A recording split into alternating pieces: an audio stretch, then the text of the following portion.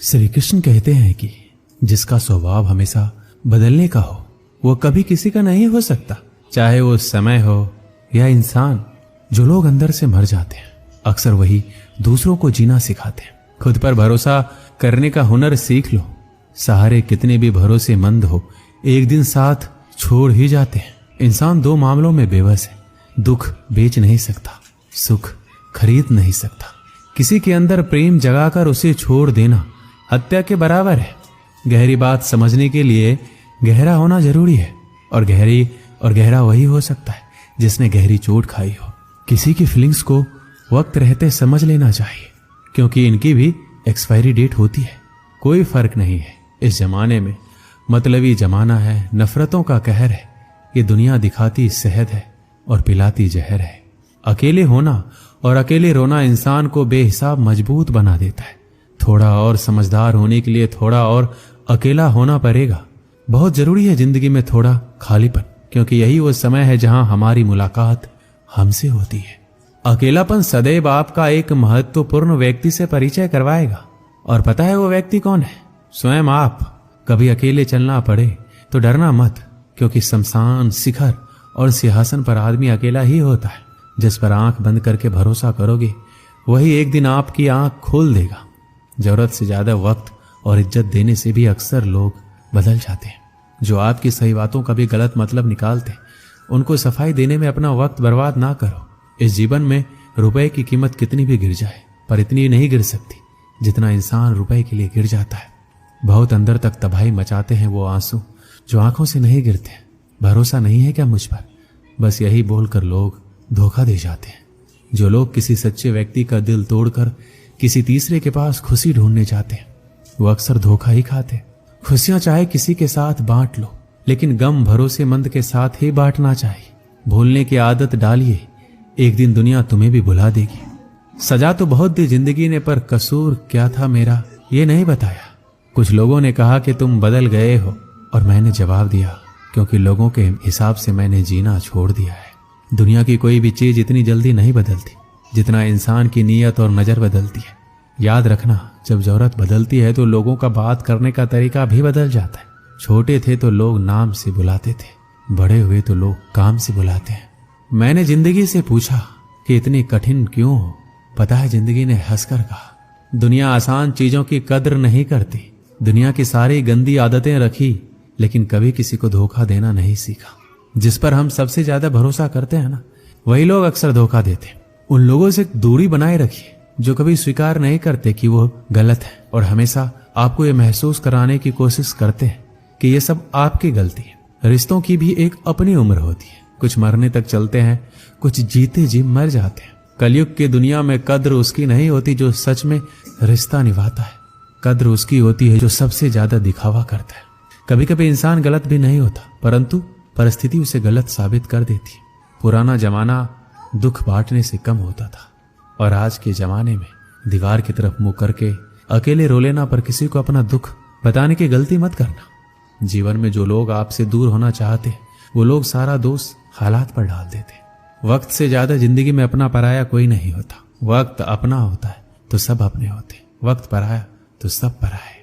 वक्त एक जैसा नहीं रहता, उन्हें भी रोना पड़ता है जो दूसरों को रुलाते हैं। समय कई जख्म देता है, इसलिए घड़ी में फूल नहीं कांटे होते हैं।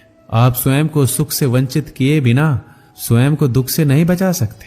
आंसू किसी और के दुख को समझता नहीं है, और ना ही किसी के खुशी को। आंसुओं का कोई वजन नहीं होता, लेकिन निकल जाने पर मन हल्का हो जाता है। लोग कहते हैं दुख बुरा होता है, जब भी आता है रुला कर जाता है, लेकिन हम कहते हैं दुख अच्छा होता है, जब भी आता है कुछ सिखा कर जाता है। हर आदमी के अपने गुप्त दुख होते हैं जिन्हें दुनिया नहीं जानती, और कई बार हम किसी आदमी को कठोर समझते हैं जब वह केवल उदास होता है। वो किताबों में लिखा नहीं था जो सबक जिंदगी ने सिखाया मुझे। जिंदगी की हकीकत को बस इतना ही जाना है, दर्द में अकेले है, खुशियों में जमाना है। जिनके दिल पर चोट लगती है वो अक्सर आंखों से नहीं दिल से रोते हैं। मेरे गम का छोटा सा हिस्सा लेकर तो देखो, मरने की ख्वाहिश ना करने लगे तो कहना। श्री कृष्ण कहते हैं अपनी कमियों पर भी नजर रखो। हर बार गलती दूसरों की नहीं होती। सपना हमेशा बड़े से बड़ा देखो। चांद नहीं मिला तो क्या हुआ, आसमान तक तो पहुंचोगे।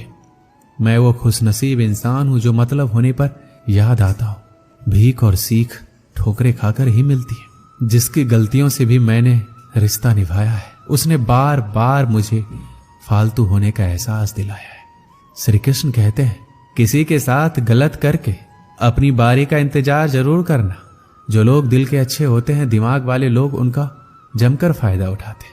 शब्द ही ऐसी चीज है जिसकी वजह से इंसान या तो दिल में उतर जाता है या फिर दिल से उतर जाता है। किसी का बुरा इतना ही करो कि जब वो खुद पर आए तो बर्दाश्त कर सको।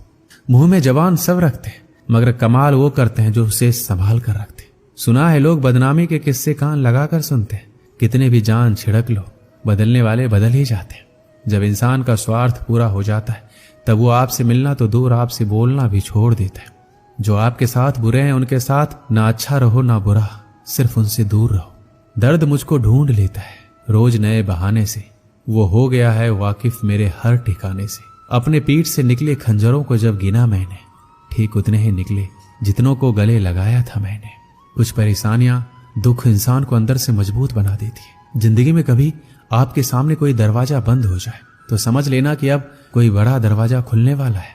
जब कोई रिश्ता टूटता है या दिल टूटता है तो लोग उस दर्द को सह नहीं पाते, और जब कुछ वक्त गुजर जाता है तो लोग कहते हैं, अच्छा हुआ वो रिश्ता मेरी जिंदगी से चला गया। आप जितने भी सफल लोगों की कहानियां सुनेंगे ना, हमेशा वो यही कहते हैं, अगर जिंदगी में हमने दुखों को नहीं देखा होता, चुनौतियों का सामना ना किया होता तो आज हम इस मुकाम पर नहीं होते। आपको लगता है ये मुसीबत, परेशानी, दर्द, दुख मेरी जिंदगी में क्यों आए? वो इसलिए आए हैं कि आप अपने बेहतर भविष्य की तरफ देख सके, क्योंकि जिस जगह पर आप हैं वो आपके लिए सही नहीं है। एक राज्य में एक गरीब राजा रहता था। पड़ोसी राज्य से युद्ध के बाद उसकी राजसी खजाना खाली हो चुका था। धन संपत्ति के नाम पर उसके पास कुछ शेष नहीं था, मगर वह एक नेक दिल राजा था और प्रजा की खुशहाली के लिए कुछ भी करने को तैयार रहता था। प्रजा अपनी समस्या लेकर उसके पास आते, वह उन्हें ध्यान से सुनता और अपने सामर्थ्य अनुसार उसका निराकरण करने का प्रयास करता। उसके दयालु और नेक स्वभाव के कारण प्रजा उससे बहुत प्रेम करती थी। लेकिन राजा को हमेशा इस बात का दुख रहता कि धन की कमी के कारण वह अपनी प्रजा के लिए ज्यादा कुछ कर नहीं पाता है। एक दिन उसके राज्य में एक साधु आया। लंबी यात्रा के कारण वह भूख प्यास से बेहाल हो चुका था और रास्ते के किनारे निढाल होकर बैठा था।